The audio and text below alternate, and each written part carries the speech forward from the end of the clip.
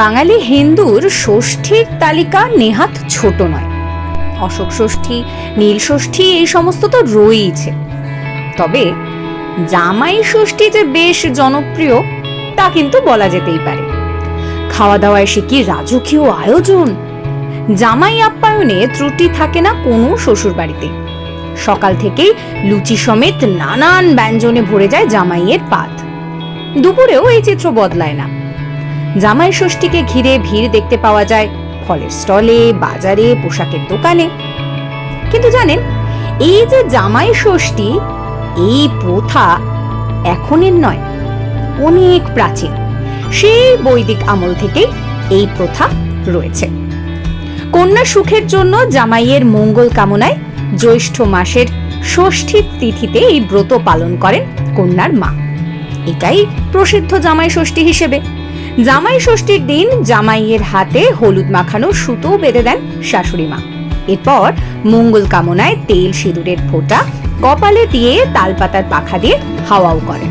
মাথায় ধান দুর্বা দিয়ে আশীর্বাদ করেন। একই সঙ্গে থালায় সাজিয়ে দেওয়া হয় 5 রকমের গোটা ফল। পরে দুপুরে জামাইয়ের জন্য নানান রকমের পদ সাজিয়ে দেওয়া হয়, যা কিন্তু আগেকার দিনে শাশুড়ি মারা নিজেরাই রান্না করতেন। জানেন, এই যে জামাই ষষ্ঠী নিয়ে আপনাদের সঙ্গে এত গল্প করছি, এর নেপথ্যে কিন্তু প্রচলিত একটি লৌকিক গল্পও রয়েছে। শোনা যায় যে কোনো এক সময় এক পরিবারের এক বউ ভীষণ খেতে ভালোবাসত। বাড়িতে মাছ বা অন্য কিছু ভালো রান্না হলে সে সব খেয়ে ফেলে দোষ চাপাতো একটা কালো বিড়ালের ওপরে। ধর্মীয় বিশ্বাস অনুসারে বিড়াল হলো ষষ্ঠীর বাহন। নিজের সম্পর্কে এই মিথ্যে অভিযোগ শুনে বিড়াল মা ষষ্ঠীর কাছে গিয়ে একেবারে রেগে সবকিছু জানিয়ে দিল। নিজের বাহন সম্পর্কে এই মিথ্যে কথা শুনে মা ষষ্ঠী সেও ভীষণ রেগে গেলেন, দিয়ে দিলেন অভিশাপ। এরপর মা ষষ্ঠীর অভিশাপে ওই বউয়ের একটি সন্তান হয়, আর জন্মের পরেই মৃত্যু হয় তার। 7 পুত্র ও 1 কন্যা এইভাবেই একের পর এক জন্মায় আর মারা যায়। স্বামী, শাশুড়ি ও শ্বশুর বাড়ির সবাই মিলে তখন বৌমাকে অলক্ষণা বলে বাড়ি থেকে বের করে দেয়। এরপর সে মনের দুঃখে বনে চলে যায়। একদিন জঙ্গলে বসে একা একা সে কাঁদছে। এমন সময় বৃদ্ধার ছদ্মবেশ ধারণ করে মা ষষ্ঠী তিনি নিজে দেখা দেন। তিনি কান্নার কারণ জিজ্ঞেস করেন। তখন সেই বউ বলে যে সব খাবার আমি খেয়ে নিতাম, দোষ দিতাম ওই বিড়ালটাকে। আসলে বৃদ্ধার কাছে সে সমস্তটা একেবারে বলে দেয়। নিজের আগের অন্যায় আচরণের কথা স্বীকার করে সে মা ষষ্ঠীর কাছে ক্ষমাও চায়।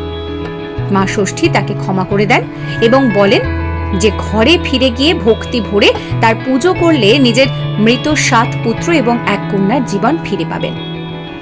এরপর সংসারে ফিরে এসে মা ষষ্ঠীর পুজো করে নিজের সব পুত্র কন্যাদেরকে ফিরে পায় ওই বউ।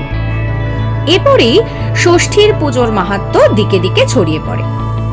এই অবস্থায় মেয়ে দীর্ঘদিন বাপের বাড়ি যায়নি। তাকে তো দেখার জন্য তার বাবা মার একেবারে আকুল পাকুল মনের অবস্থা। যা হয় জানেনই তো, বুঝতেই তো পারছেন। একবার ষষ্ঠী পুজোর দিন জামাইকে সাদরে নিমন্ত্রণ জানানো হয়। জামাই ষষ্ঠী পুজোর দিনে সস্ত্রীক উপস্থিত হন, আর সেই থেকেই নাকি এই জামাই ষষ্ঠীর যে প্রথা, সেই প্রথা শুরু হয়েছে।